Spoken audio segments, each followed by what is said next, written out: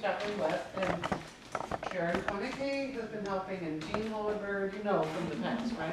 Yes. From this. And From the Elizabeth Allen. past. I came back from the past. Hi, Susan. Thank you for being the videographer. So sweet. Oh, no. Have you ever been A woman found it and I gave it to In me. New Jersey? No, I you might want to include. I could not get them on the computer myself. Disclaimer. Well, because I have a scanner. There's a rheostat there. Got it. You see it?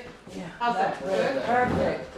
Thank you so much for that idea. Nice lighting. And phones are off, I hope. All phones are off. Oh, I have to turn mine off. Yes, turn yours off. You don't want it ringing. No, it's $5 to Minerva. Thank you so much. It takes a Jacqueline West. Wait, it takes a minute for this to turn off. It's gonna make My nerves out with this Appalachian song.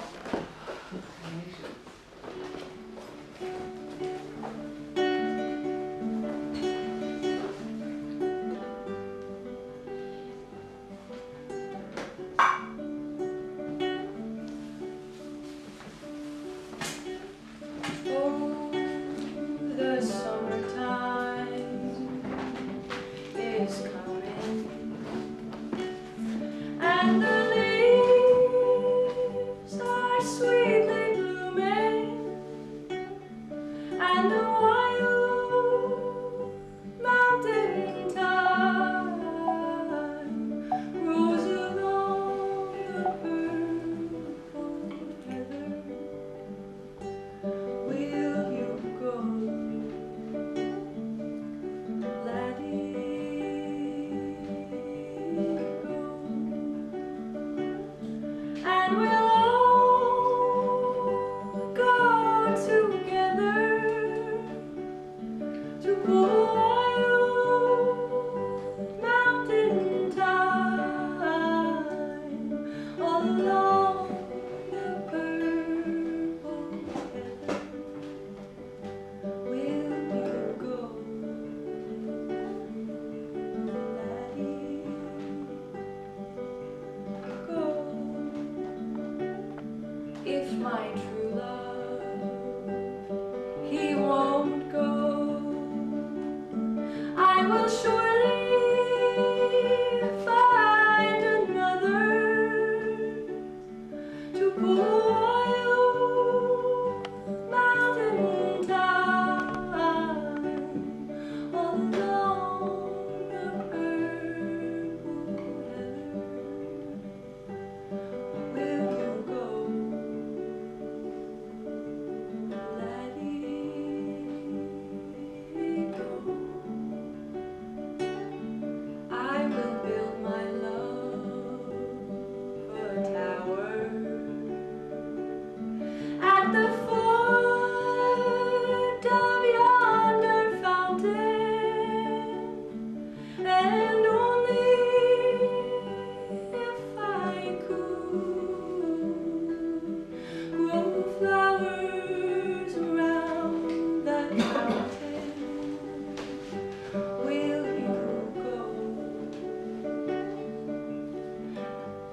laddie, go? And we'll all go together to wild mountain thyme all around the purple heather.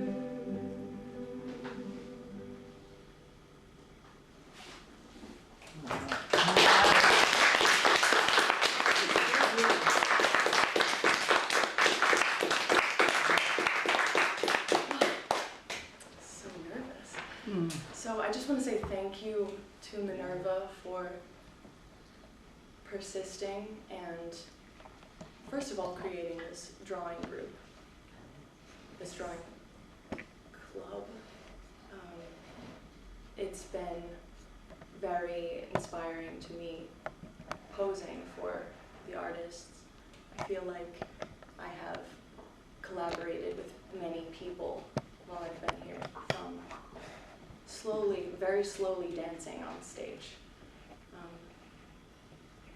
And I think that this whole idea should keep going. So I'm very happy to be able to perform it over tonight. This is a song that I wrote. Actually, it's the first song I ever wrote. It's called The Raven.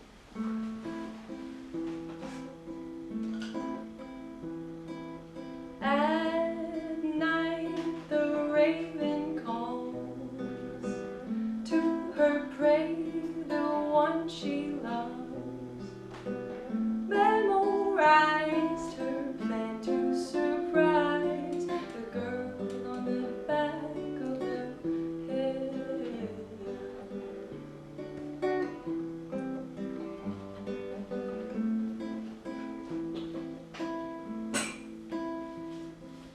Trace the moon with her finger.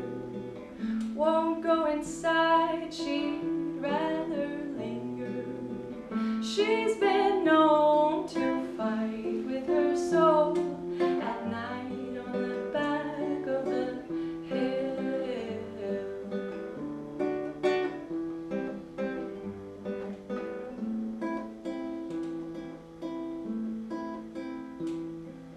Black trees, shadows dance, waiting for that dark romance.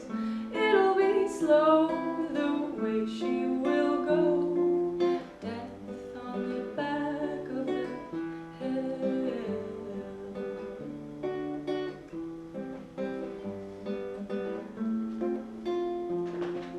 Moon, it rises whiter than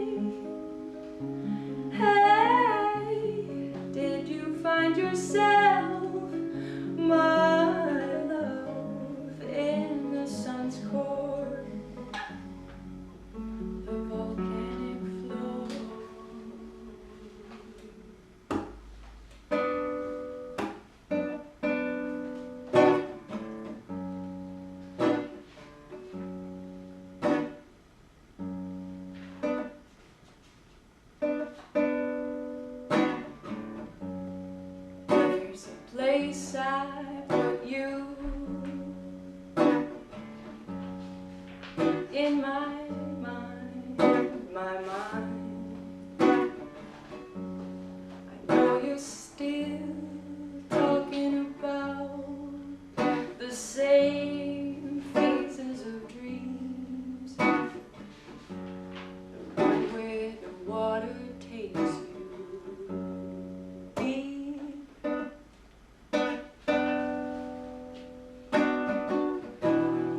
When the night comes, calling me back, I see you doing math in your head, cloud. You said our love was just for the weekend. Oh, you know it's so much longer.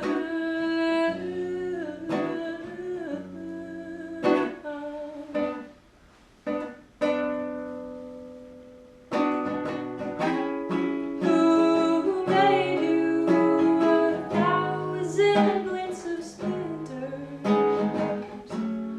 I couldn't say.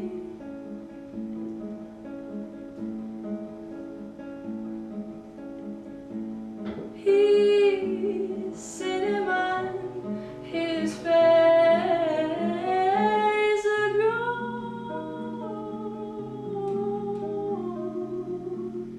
crimson.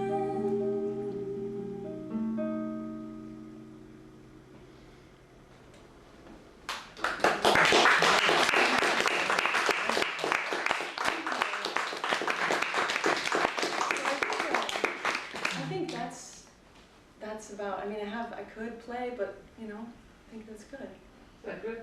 One more? No? Oh, one more. as you wish. Just one more. Okay. One more. Be fun.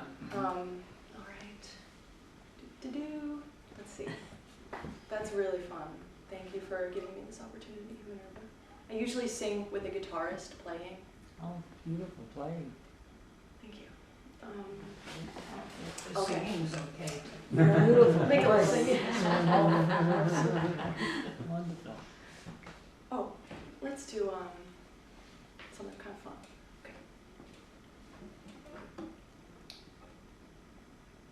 Last night I dreamt that I owned a candy store.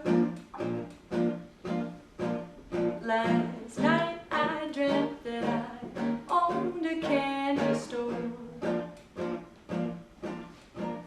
Woke up this morning just like the day before.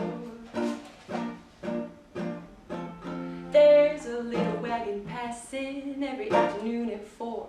Angels will start ringing every time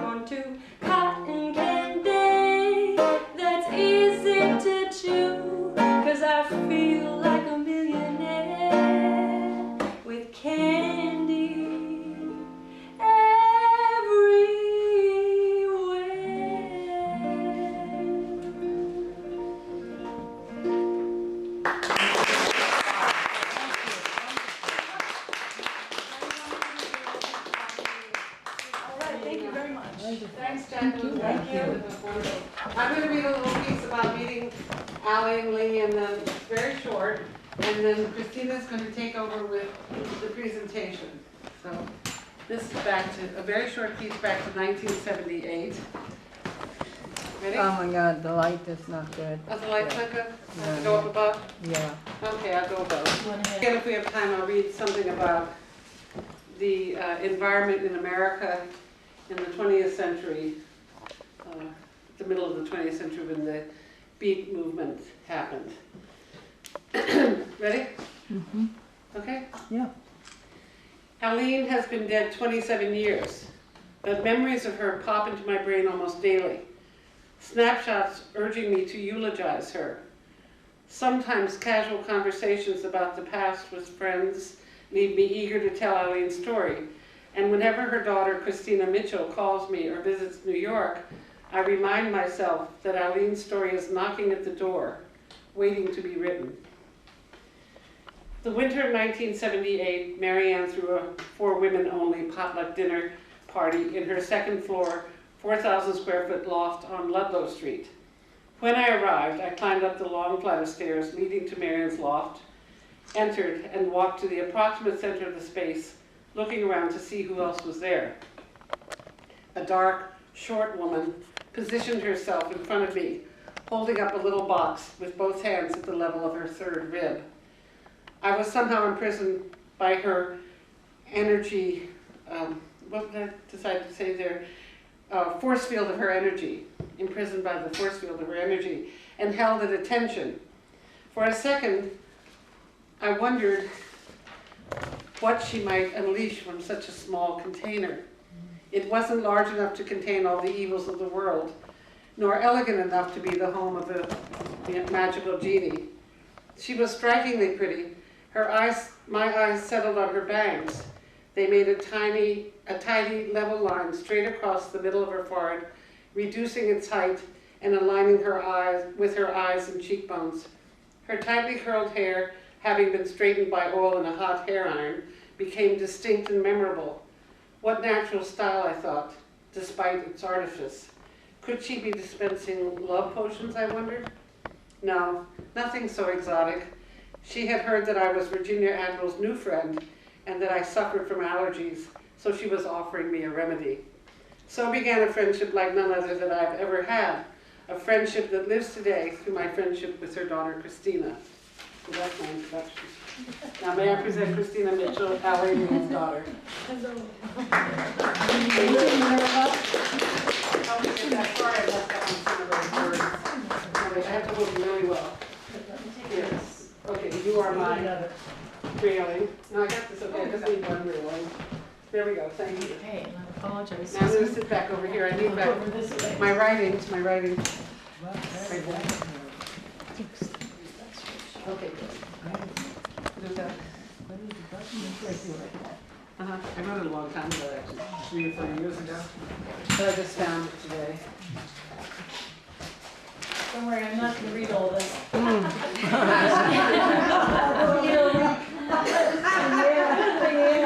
Just excerpts. I got something like that too. I am Christina Diamante, or Mitchell Diamante, and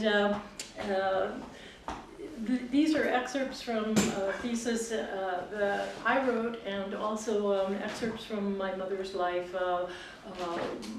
Approximately 70 years worth of journal entries, some poetry, and various assorted writings. Yeah, this is Alene when she was younger. If I can hand this to someone, I'd just like to pass them around. So most of these pictures, although I don't know who did that one, were taken by, you can just pass them, were taken by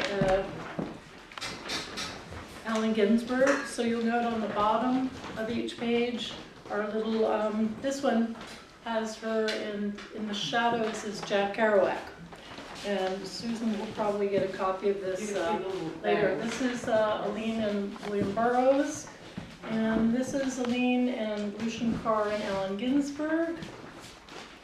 And this is little Christine on the, I think, the steps of my father's restaurant, the Gaslight, I believe.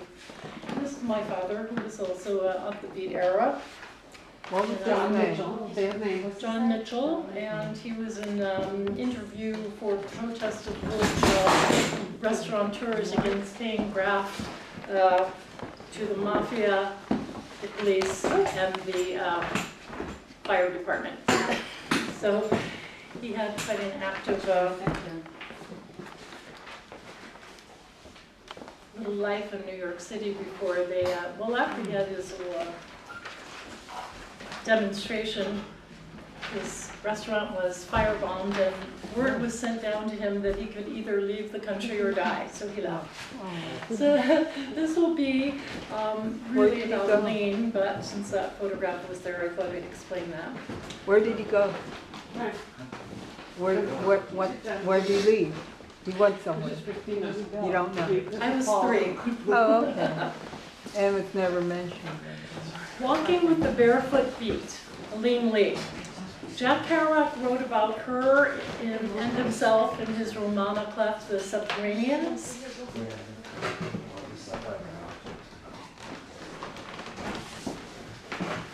And the line I think most people know is, "No girl had ever moved me with a story of spiritual suffering, and so beautifully her soul showing out radiant as an angel wandering in hell.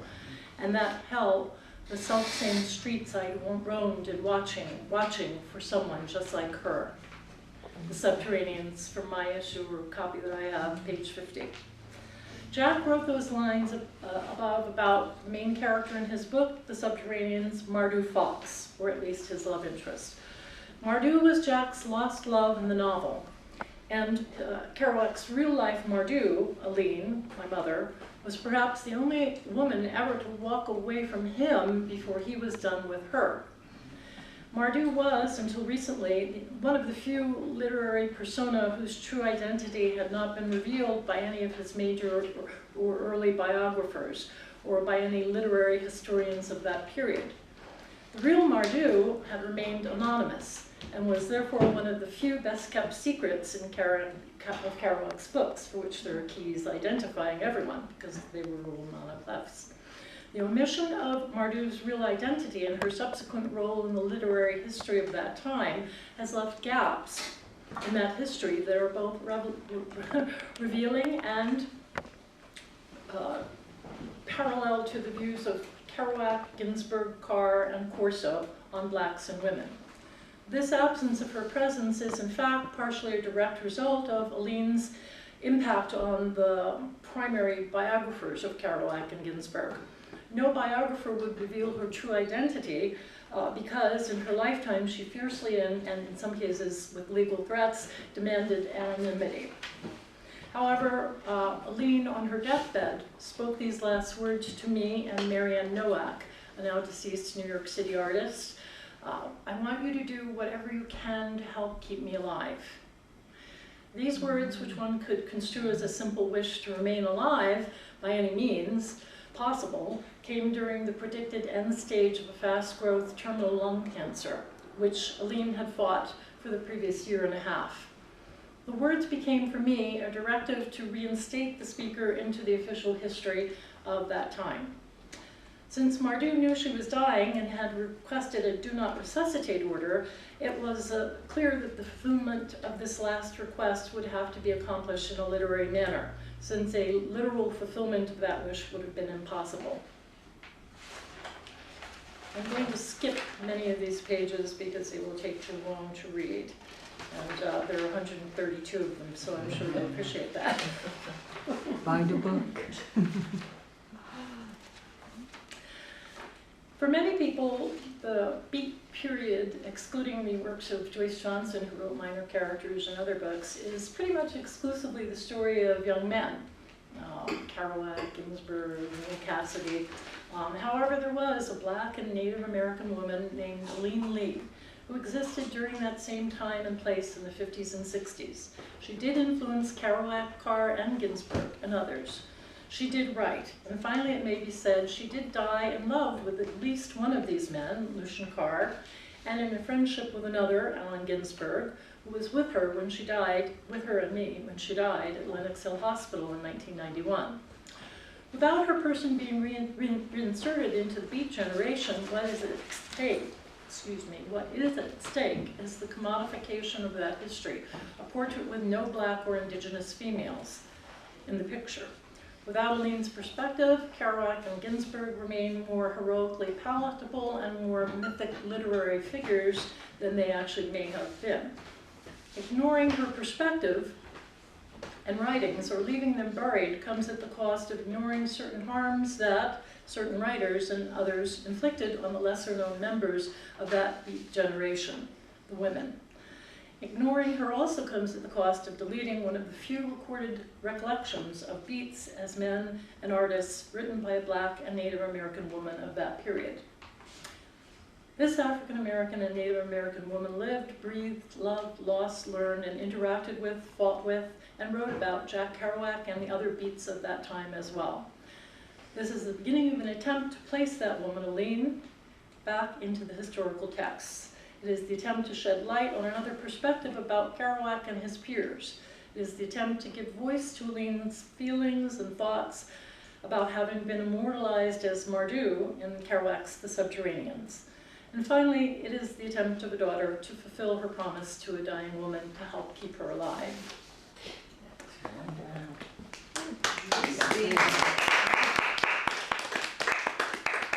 And I have numerous excerpts. I'm going to try to combine them with, oh dear, Luke, can I ask if you would open up this container, and I failed to take out the tapes. Thank you. This is Luke Diamante, Alene's grandson, and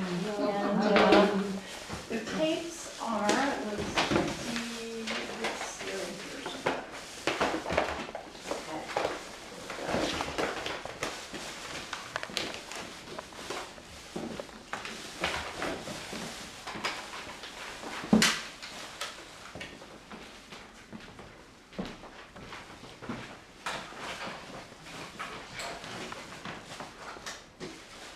I don't know if you'll be able to hear this. We'll hope. If not, I'll translate. This is Alene Lee speaking. She had the typewritten transcripts of all these tapes, but since I had the tapes, they were left to me when she died. I thought, oh my God, he was an incredibly good-looking man. She's talking about Jack Kerouac. I can't remember anymore, but I think he had blue eyes. I'm not sure. But sort of big eyes and this black Indian type hair. He was. So you were attracted to him anyway? Oh yeah. This is a very handsome sort of guy, sort of. It seemed on the surface sort of openness and a brash sort of quality. And he could be very winning. And On the box. No, I was Up there. An interesting thing in pursuant to what we were talking about before, I really don't think that Jack was. And that is her talking about Jack Kerouac. Through the years, probably half a dozen authors came and interviewed her to get information about her relationship with Jack and her about the context of what he wrote in the Subterraneans.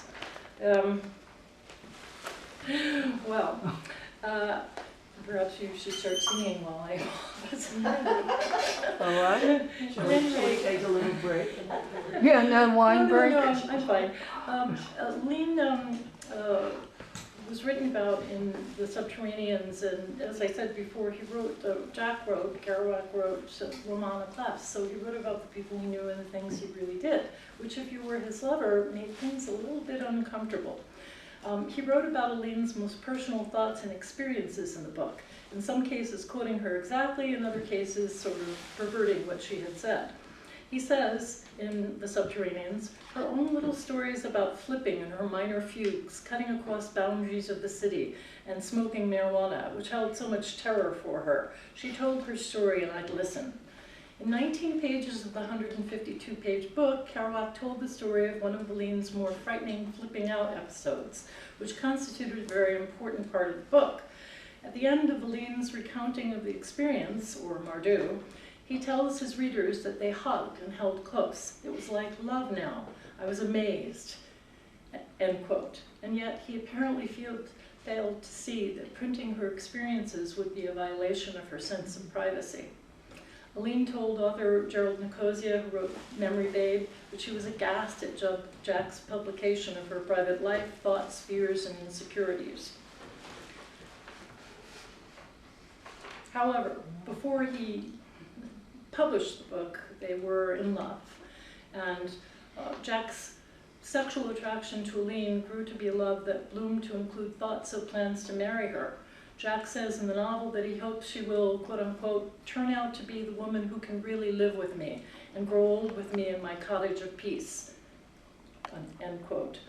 And in a letter, he writes, I'll be a famous man and you'll be the dignified wife of a famous man, end quote. But finally, Jack's drinking and his unwillingness to detach from his mother and his own ambivalence about a relationship with the Negro began the process of eroding their love. About his drinking, Jack said that poverty would have saved this romance, because then he would have stayed sober. Towards the end, Alene said she felt he was trying to find a way or thing to break them up, and in the book he admits the same.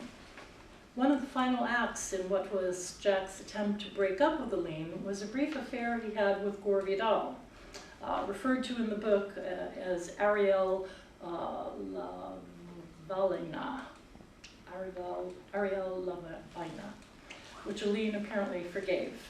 Jack quotes Alene as saying, "It's him or me, goddammit," in regard to one of his attractions, but she says she was not really serious. She forgave him and wrote a letter, which he quotes all through the chapter, in which she says, "You should not become too sad, and I will feel better when you are well."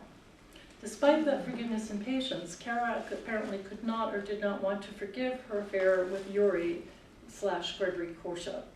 He accepts responsibility for the incident, explaining that his behavior was the first of many indignities piled on her, including the long list of parties and drinkings and down crashings and times I ran out on her, the final shocker being when, in a cab together, I jump out of the cab madly and zoom off, leaving her in the night.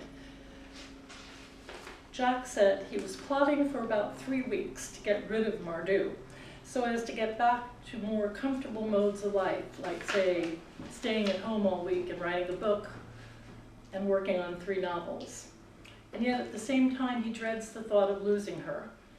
Quote unquote, "I wanted her to stay, to be stammer, he writes, to be mine.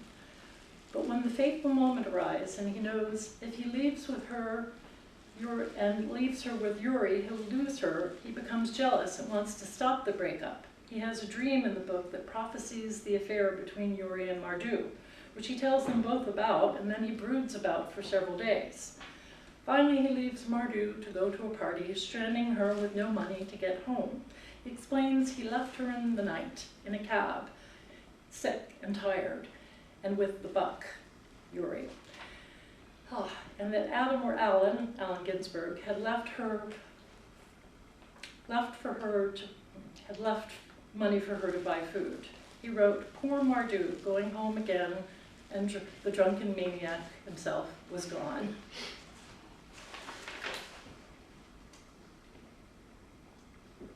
Years later, after Jack's death, several writers worked with Alene over long periods of time in the process of writing about Kerouac and his great love for Alene. None were able to get her permission to reveal her name, nor to uncover what her thoughts and feelings were for Jack.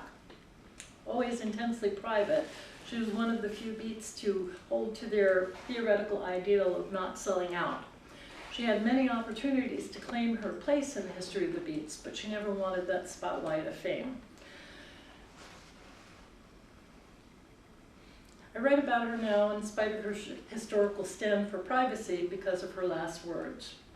And though she probably meant them in the literal sense, there was nothing I could do to snatch that victory from the jaws of death by lung cancer. So I offer to you excerpts from Alene's writings. And we'll just take a brief break so I can find some excerpts from Alene's writings. Want to get a drink or some food or something while you're looking for the excerpts? Yeah. Go get it, Paul, and everybody here. Isn't it great? She did. Somewhere in this mass of papers is a review that Alene wrote about the Subterraneans. However, that will be read another time. And we'll start now with a little piece of a recording that Alene wrote. I believe it is after the book came out, what her reaction was after the book came out. Because it's different how people come to things, but he was, well, often to come through that sort of thing. So what happened at this party? I'm curious. So did Jack... Well, at the party, somehow, from that period on, I was trying to think about it on my own, and somehow not in the right state, you know, or anything to be able to remember it on my own. But once Jack wrote that book, it was sort of like there was a whole world out there that was very and interesting, and it was sort of like a big cake, and he took a cookie cutter and he cut a piece out of it. Yeah. And the impact of it on me was so violent that it almost shut my head down. Yeah. I could... I think the tape has shut itself off. These tapes are approximately 50 years old, but that was the basic thing that I wanted to just have you hear her voice about what it might be like if you were walking in Greenwich Village and people, just random people walked up to you and said, "Are you Mardou? Did you have sex with Jack Kerouac?" And it was a real invasion of privacy. She writes about it. I always felt, and this is her original handwriting from 1976, I always felt Jack tried to destroy me. I think that what in self-defense I'm going to have to remember is those years, not that I want to. I'll have to destroy the situation by nature of his ambition. It would be nice, it would be wonderful if most readers, people took the view that we are only talking about ourselves, meaning Jack was talking about himself. It's hard to say, this isn't the way it was at all, only counterpoint. Of course, that isn't the way it was either. And so that's what she had to say about the Subterraneans and being written about. She still loved Jack, but it was a very difficult situation to be in. She wrote a piece called, and this is about her coming to the village when she was 16, having left home from Staten Island and coming to Greenwich Village, called "Black Girl in Search of God in Greenwich Village." I came upon the village one afternoon while playing hooky. I got off a subway stop at random and came out of a tunnel into the brightly flowered 8th Street station where Balducci's vegetables overflowed and women with hooped skirts and warm colors and Spanish combs in their hair strolled along. I didn't know where I was, but I knew it was the place to be. Walking about small streets and fantasy-filled-in homes, and with slow-paced pedestrians and with my richest imagery, which was of a celluloid nature, I knew I want to live here.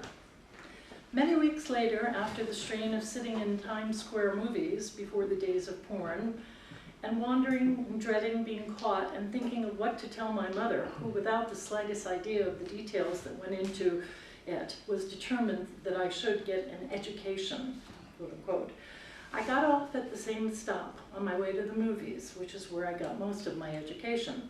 And I walked up and down the village streets, knowing now that this was Greenwich Village, and knowing that every apartment was filled with impressive Catholic thinking, creative, artistic people who inspired me with the sort of awe that priests and nuns inside of impressive Catholic structures might fill another child with. Here I would be understood, that is, once I began to write or paint and learn to express myself. I was kooky enough looking and with a taste that ran to bizarre extravagances, such as yellow slacks with purple blouses and green woolen hairnets and black wedgie shoes and glazed eyes. Miss Fallon, the policewoman who swooped down on delinquents and had followed me all over Staten Island as I took the long bus rides and walks trying to discover a life that was not so alien, had questioned me about my eyes. I was interrogated in the principal's office about what cigarettes I smoked. Is that all you smoke? In the village, I hoped to be discovered by someone who would immediately know me and take me into an inner circle where I would be protected against the kind of life that reality, my mother, and the sleepwalking dream of New Brighton threatened to engulf me within. My mother had been trying to instill values of common sense in me from a rather late age, and at 8 she decided I was old enough to comb my own hair, which was a mass of black woolly tangles, and black girls' collars, making even the cleanest of them look as though they were hiding dirt of secret filthy nature that was glaringly evident to everyone but them. And at 10, I was old enough to get a part-time job babysitting and doing light housework, which embarrassed me, hating children, and especially little white children, especially because I daydreamed for hours of the day about when I would have my own house with servants to do the work and would be admired because of my deep and sensitive nature. Reality and I had a difficult time. There was my reality, which precluded effort. After all, I reasoned, Jennifer Jones never did a lick of work and was admired because she was sensitive and deep. And there was my mother's reality, which was unfathomable to me because it mostly consisted of complaining and nagging and at times a real loathing for us, her 3 sisters. And the nature of her complaints was constantly changing. At 13, I was old enough to know about the bloody time, and when I was really only old enough to know, to be initiated into its secrets by the Italian girl who lived down the street, who spoke of it darkly as the curse with great delight, and who emphasized the importance of keeping water away from that deep, dank place from which the blood flowed. And at 16, when I hardly even bothered to pretend to go to school, I was old enough to get a job. I finally did, after Mama's nagging, first in a jacket factory, which lasted 3 days, then in a Jewish woman's egg store, washing dishes and mopping floors, which lasted only a day. Another in a Chinese man's laundry, which lasted 2 days, when more time was taken up with him pointing to me and saying, "Your sister, me brother," and pointing and putting his arms around my shoulder. There were many interesting things to learn from people of different cultures, but I discerned that that sort of brotherhood was not for me. I did learn to iron men's shirts, but I promptly unlearned it as well. Finally, as a revenge on my mother, you'll be sorry, I thought, I took a job in a tuberculosis hospital. My mother was absolutely delighted. Since I was bringing home considerable pay for a young girl and getting 2 free meals a day somewhere else. Many of the patients whom I truly liked, they put me in the men's ward, had a burning intensity in their eyes, which was a little frightening. They liked me as well, I suppose because I was young and I imagine attractive. In those days at the hospital, I used to smile a lot. I was very friendly, and my jaws would ache from the smiling and speaking with people. The patients never asked me to do more than get water, and they would help me make the beds. It was hard to know them, whether or not to touch them, or the sputum cups. Then there was the superior attitude of the healthy ward attendants against the patient's sickness, the patients who disappeared and died, and the constant threat of having to clean a dead body, and my general fear of the other attendants, whom I never seemed to get along with. All the smiles on my face never seemed to make me well liked by the staff. When Mr. Brown died, I wanted to pay my respects to him. He was such a well-mannered, quiet man. They removed the sheet and uncovered his face. I saw the horror of unsmoothed death, his agonized grimace and wild staring eyes, and I was unable to walk up and down the stairs by myself, and finally was unable to go to the hospital anymore. I was in love with Catherine Smith, a childhood friend, and as a result fell in love with her brother. Catherine, whom we called Kitty, wanted to be an embalmer. I stayed at their house quite often while I was working at the hospital. Warren, another child, I loved because he was handsome and tall, but also because he was so light with light gray eyes. As a result of the stigma of lightness, which caused other blacks to either worship or hate him, he made quite a point of behaving like the rest of the quote-unquote niggers. And this made him very difficult in some ways. He was someone to care for, though, and I had been seeing him for 6 months knowing that he had tuberculosis of the kidney, without ever knowing whether or not it was contagious.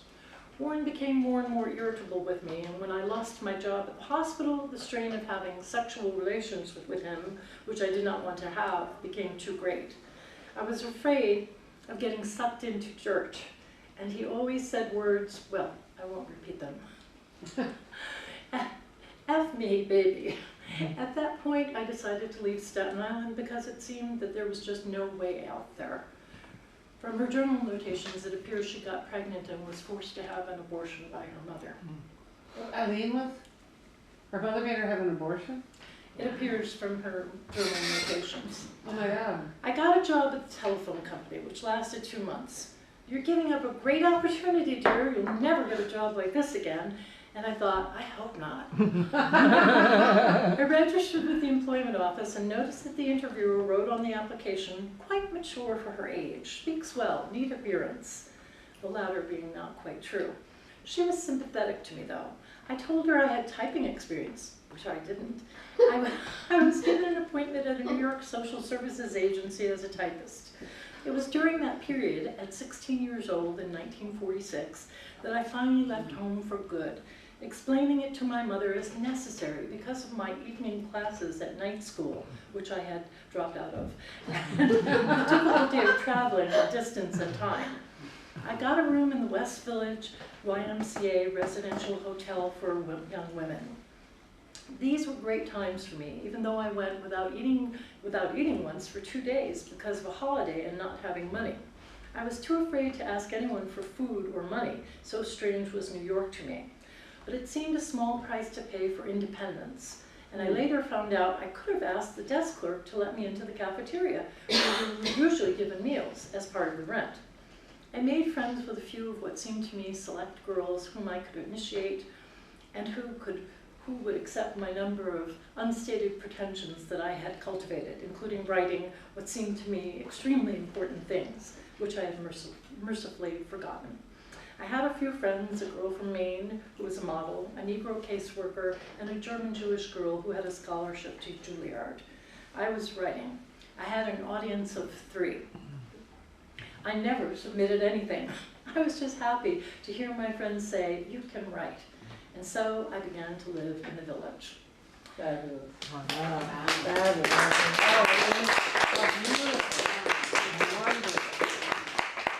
And there are many, many other things that she wrote. But I just want to say briefly that she met, I think when she was about 16, Virginia Anvil, who was a painter, the first woman to have her work exhibited in MoMA, and later would become known as Robert De Niro's mother. She met Robert De Niro Sr., the painter, and Minerva, and she had some of the most interesting times that I think she could have ever had because she was afraid she'd never get out of Staten Island. She got out already. She did. Now you want to have them read something too? I won't mention because it would be too timely to go into her relationships with Allen Ginsberg, about which there was a lot, and also William Burroughs, and also Lucian Carr, the love of her life. However, we have more material and we'll go through it some other time. Right now, we're going to do another one too. Pardon? We're going to do another episode. Right now, Luke, Alene's grandson, is going to read one of the an excerpt from after a short period. She died of lung cancer, and Allen Ginsberg was there at her deathbed, and he and other people wrote things for a fairly long tribute, which was in the New York Times obituary of the time for January 20th, 1991. Luc Diamante. Robert De Niro Sr., the artist, wrote, "Alene was a beauty. She lived a life of unconventionality and nonconformity with a fine disregard for routine and conventional opinions." Brad Ellis, the musician, wrote, "Alene, we shall miss your rare gift of genius, that unique and humane sensibility so undaunted in expressing itself, always original, always direct, often so humorous. In the constellation of brilliance, you will forever shine. Anju will read another excerpt from an author. Author of Reflections on a Gift of Watermelon Pickle, John Tobias wrote, Alene had a quality that made you smile when you saw her and want to put your arms around her. At the same time, she had peppery opinions and a zest for argument that kept you on your mental toes when you were around her. She will always be vivid in my memory.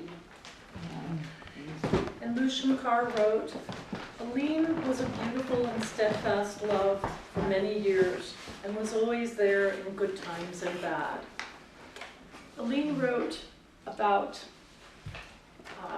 the Subterraneans and Jack. Actually, this is a quote of what, how Jack interprets what she'd said. I was just an innocent chick when I met them, independent and, well, not happy or anything, but feeling that I had something to do. I wanted to go to night school. I could become a great sculptress. And then her last writing was in a notebook, sort of reminiscent of Frost. It is getting late and I have a great leap to take.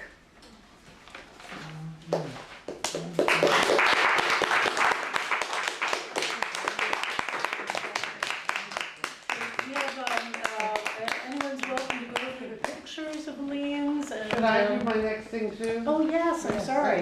We yeah, have Minerva. I have one more thing. Actually, I have two more, but I'm only going to do one. One was about how naughty all the artists were, but the other one's more about how Alene deserves an award for being an important Beat Generation person. Wait a minute. I knew I should have taken this. Our heroes in Hunter. I'm not sure what year. Do you know when she had the place in Hunter? We always had fun together. She walks in beauty. She walks in beauty like the night of, oh, I'm sorry, let me start again. She walks in beauty like the night of cloudless climes and starry skies, and all that's best of dark and bright meet in her aspect and her eyes, thus mellowed to that tender light which heaven to gaudy day denies. So I've been wanting to write about Alene, 1931, 1991, for a long time, to weave the story of her life into the myths of the cultural heroes and anti-heroes of the Beat Generation writers, to set the record straight while embellishing it with biographical details that resonate with violence, love, and desire. Alene Lee has been dead for 27 years, but memories of her pop into my brain almost daily, snapshots urging me to eulogize her. You can see I wrote this with the other one I wrote to. Sometimes when talking to her daughter, I remind myself that her story is knocking at the door. It was Clayton Patterson, apologist for the counterculture and founder of the Lower East Side's Acker Awards, who finally drove me over the edge. The Acker Awards pay tribute to avant-garde artists and writers who have defied convention and to those who have been of service to fellow writers and artists. Recipients are chosen once a year and are presented with prizes at a ceremony. Patterson's award ceremony is named after the late Kathy Acker, a celebrated avant-garde writer significantly influenced by William S. Burroughs. Many of the awards are posthumous. Why hasn't Alene Lee received a posthumous Lifetime Achievement Acker Award, I asked myself. Didn't she type manuscripts for William S. Burroughs in the fall of 1953? Photos that Allen Ginsberg shot of Burroughs and Alene Lee talking together on the fire escape of Ginsberg's East Village apartment are iconic images from the early days of the Beats. The photos, read as a narrative, exude an almost hypnotic aura of sweetness and innocence, like a prayer of thanksgiving. First, Alene looks at Burroughs with admiration and just a touch of envy. In the next picture, she laughs, the palm of her right hand leaning on the back of Burroughs' left hand, and her head tilted forward and to the side, resting on the back of her hand. She's thanking God, I think, that she got out of the Staten Island ghetto and landed in the village with intellectuals. She's glad she is where she is. You don't get an Acker Award for typing a famous writer, Clayton might argue. Well, how about this, I asked. She had sex with 5 of the Beats. You don't get an Acker Award for sleeping around, he will counter. But I will continue. Jack Kerouac wrote a book about their love affair. She was Mardou Fox in Kerouac's The Subterraneans. And 2 of those men, Ginsberg and Lucian Carr, had lifelong relationships with her. Ginsberg was the Ginsberg was in the room with her when she died, as was her daughter Christina, and he wrote to Gary Snyder about his profound feelings at the moment of her death. If that is not enough for Clayton, I will be forced to make an argument that I really don't want to make.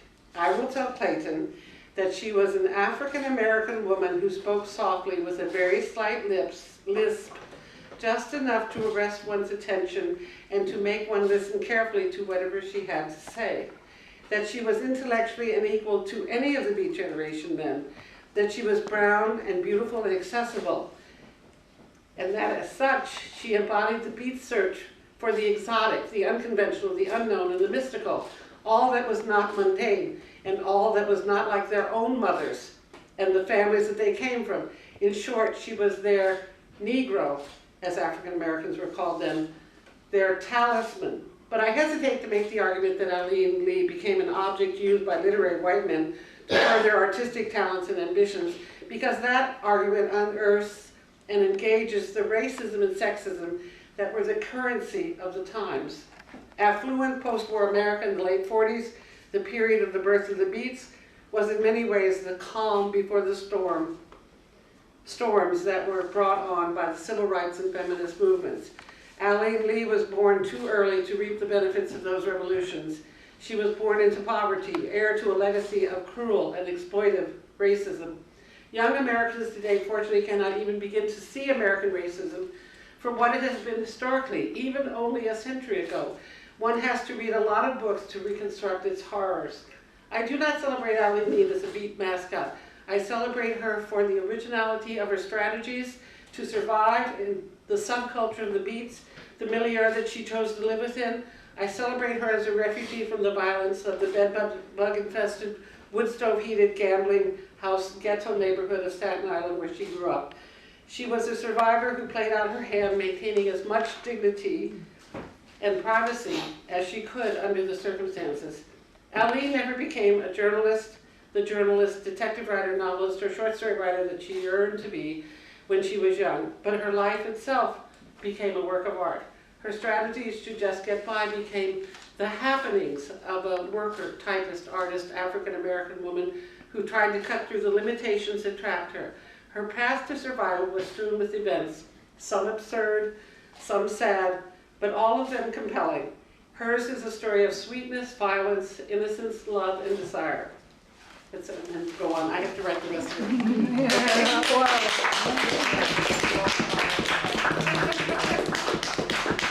I wrote that a long time ago, like 5 years ago. Wow, that was worth it. I could say some things about Kerouac. You know, he had a daughter. You know, These historians won't like it. I think you're mad. I was actually. I should just say something. I want to briefly say, Minerva, other than me and Luke, is the only person that I know who lived with Alene. And they lived together, and she was her 6 months, dear friend. And the guy upstairs was coming down with a gun to kill us all. Then I had to go. what? Why? She had complained about his water urine into the coming bathroom. down. Oh, He got so God. upset he was coming down with his gun. So I was in left. reserve. I couldn't He had- stay around. landlord? Where was? No. On He had, 51st he was a reservist. The walk up? Yeah, the walk-up. Yeah, I lived with her for 6 months. Fifth Yeah. floor. She was only in the 5th floor walk-up. Minerva's in the 6th floor. I went back to my 6th floor from the 5th floor to the 6th floor. Well, at least she got paid off. But she's like the living history, the last person alive other than Luke and I who really knew. Oh, and Brad. Of course, I'm sorry, Brad. Brad knew her too. No, but Loved he didn't her. live with her, you said. He didn't. yes. She was the That's first true. of her friends that I met. The day I woke up in the loft. And she loved him, and also Brad and Ken also came to the hospital and visited her in those days. He was Well, I told you what happened when the day she died. What happened? Mira and I went to have a burger or something. What? What? Off? Kenneth, Off you or and what? Kenneth went to have a burger? Well, I don't know. this is about her last Wait, day. wait, wait, so- wait. No, but all of a sudden I got very upset. And I said, Kathy, we have to leave. We have to go to my house and make a The call. initial thought. And Yeah, that happens. we raced, we ran through the village to my house and up the 85 stairs to my place. And as soon as we sat down, I said, I'm sorry, Kenneth, something really weird is happening right this second, and we have to wait 5 minutes. So I waited 5 minutes, and then I called the hospital. Alan answered the phone. He said, I'll leave in 5 minutes. No, but I haven't written all the details. That's all right. You All the want scenes, I have like 10 scenes. Only a person, only someone can write about their own life. You can have write about life. This is one of the happiest pictures that my mother ever took. And the times what I was trying to actually say is that her time with Minerva was probably the happiest in her life.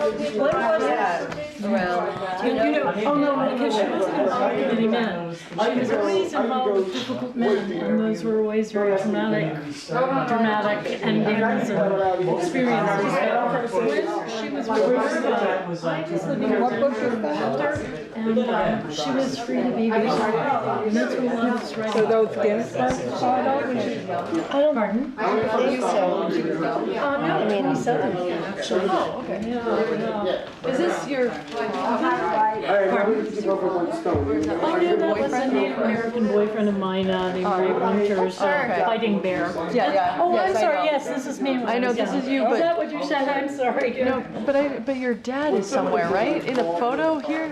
Oh, yes, this is my father over here in this, let's see here. And what's his Oh, name? that's John Mitchell. This, I'm sorry, dear. Where's your father? This is John Mitchell, my father. Which one? On the right? This one. Him. This is an art about him. These were You know this one. This is the I've never heard that. If anybody wants to see a picture that Allen Ginsberg drew for Alene, it's here. You know, he wasn't the best artist, but let's see. I mean, he was a poet, so. And then he wrote something here, which I can't read upside down. But, Can I interview you for my radio show or my TV show? oh, sure. What's your TV show? It's called Let 'Em Talk. It's on the Hat Neighborhood Network. And My sister's movie show. and Can you do something and pause and then I'll so it remains still? I can No, I can edit it later. All right. Put the text. Yeah. I think what you have to do when you Just hop on the bus. Okay. I see I'm in the way. Hold on. Sorry, I just wanted to put these aside. Okay, so Tell me when. Wow. remember, you're coming from the Wait. What is that her? Yeah. Oh, wow. Great. Show her. It's Sunday evening, it's like, Who's that? That's William Burroughs. Oh, wow. Yeah, that's a famous photo. That's famous.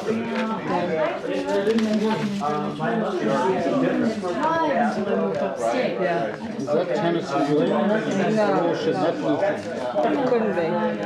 Couldn't be. That's Minerva's other life. Came and Brad from when he first came. And, I grew up. Yeah, there's a picture of me over there in that book on the steps of my father's restaurant at the Asylum. He was one of the initiator of the whole poetry reading in cafes. Oh, really? Yeah, Ginsberg. She was probably in Call My Daisy. Dylan. Where was this? Paul and Mary had. We're always going to Ginsberg. Christina. This show and Like Pussycat were all made by my father. He doesn't get credit for making them because he was literally, he was a World War II veteran, he was a carpenter and an entrepreneur. And he literally went into these basement area tenements, physically tore it all apart, put it back together, started the whole furnishing it with a and then make